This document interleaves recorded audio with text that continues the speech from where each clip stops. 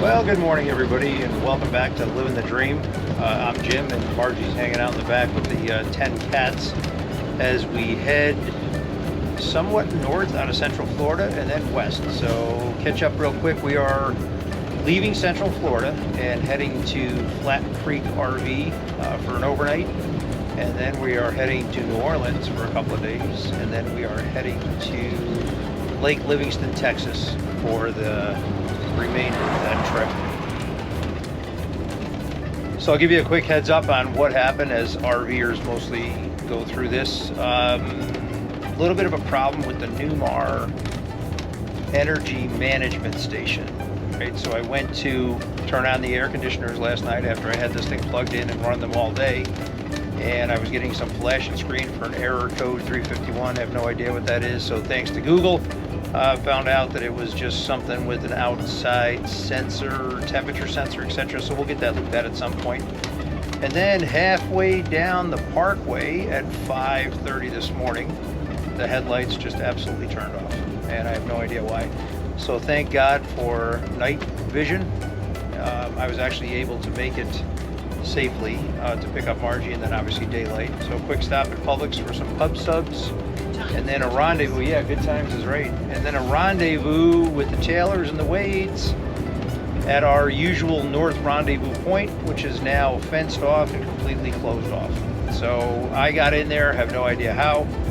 Quickly forewarned the both of them not to get in there, and we'll figure out a stop somewhere north up in the Chiefland area. Well, definitely a Dunkin' Donuts up there. So we will keep you in the loop. Stay tuned, smash that like button, subscribe to the channel, share it with your friends and your family, and let us know what you want us to do to make you guys smile, other than RV with 10 cats. Beautiful downtown Chiefland. So my plan at stopping at Marathon for diesel fuel was an epic fail because the pumps were covered. And sadly, I couldn't get around to the two that looked like they were open. So all in all, we're good. About an eighth of a tank of fuel, so enough to certainly get us up there and do our stuff. But we were concerned about having to run the generator if it got too hot today. Not too bad, actually 84. It's actually cool in here, which is kind of weird. The cats are chilling. Margie's in the back, and we're going to make our usual stop at Dunkin' Donuts here and grab some breakfast and some coffee, catch up on some work, and then back on the road.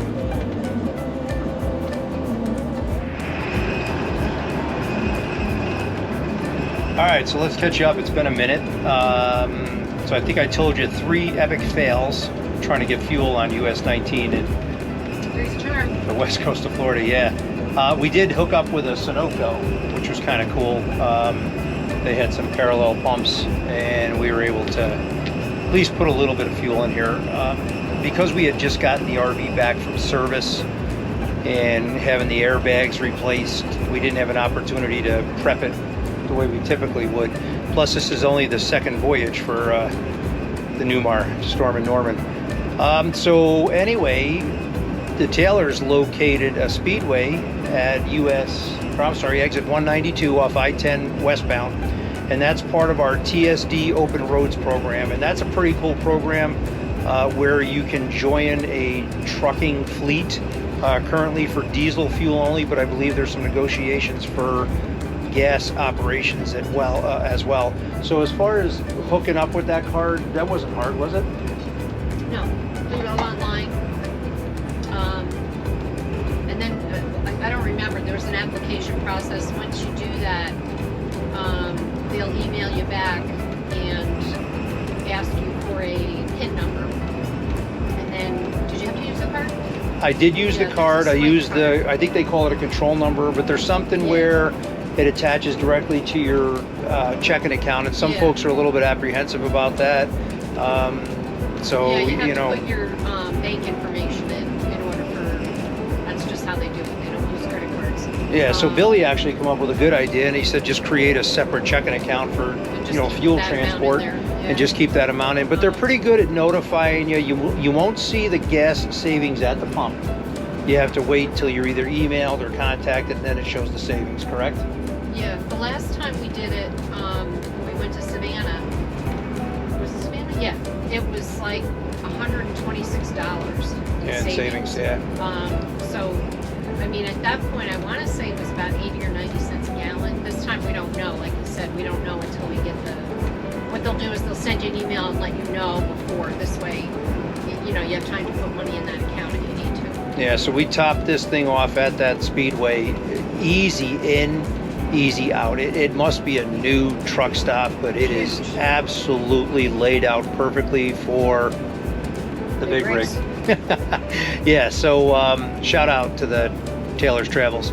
And I think the Wandering Wades wound up across the street at the Pilot J. A little bit of interest with Pilot J. We've noticed out west through some other channels that they're being bought up by Circle K, and we've seen that a lot in the Central Florida area where Shell stations are no longer there, but they're now Circle K. So anyway, we were able to fire up the air conditioner. We had it at a toasty 96 degrees up here in the cockpit.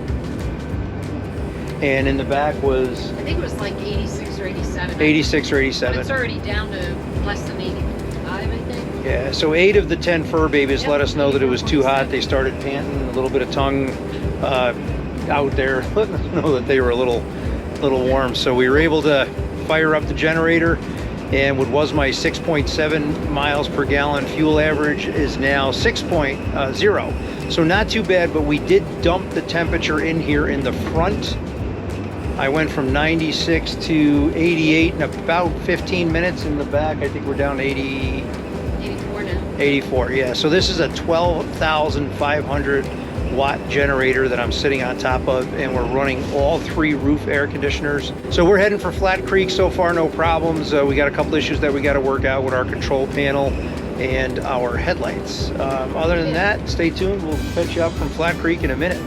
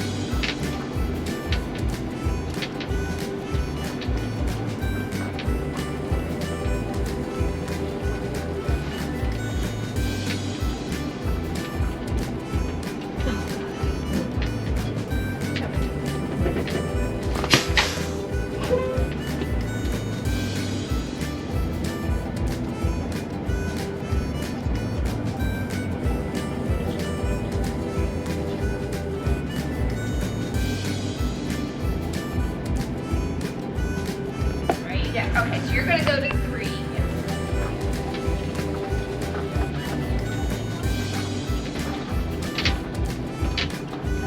We have this site coming back. Now, how come you didn't use your regular level? Oh, because I stayed up there. I was level north of Either become very experienced RVers or sick of the crap because nobody's leveled. No jacks, no nothing. I was, but I gave up.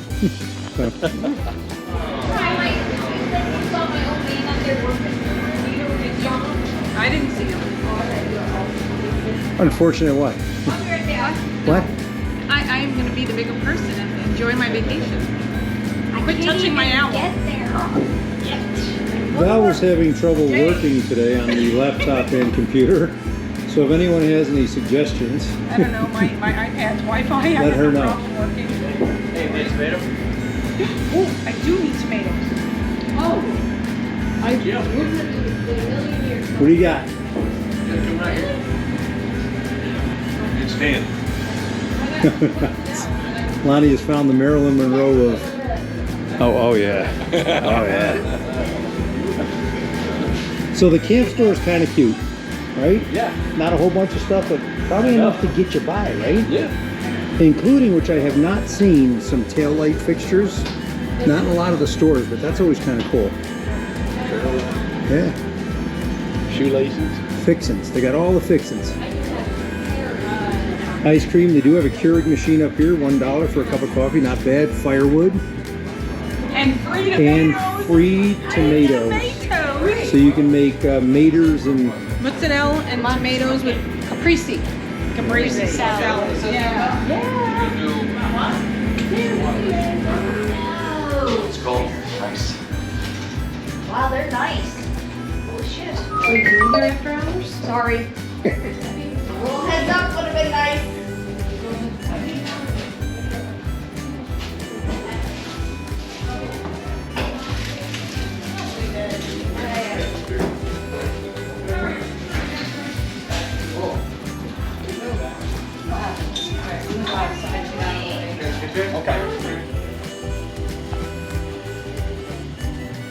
so we thought we'd give you a little nighttime tour of what Flat Creek RV looks like.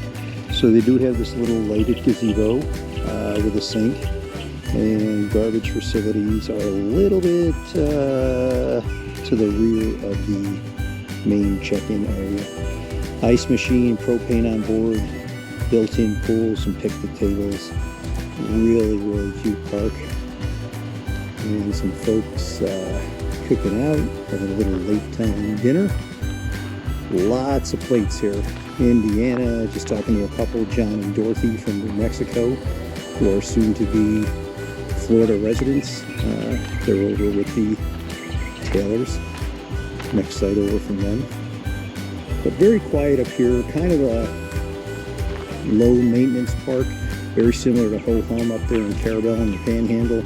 Not a lot of frills, but certainly a very nice campground to come, stay a few days overnight, and take it nice and easy and meet some nice like-minded folks.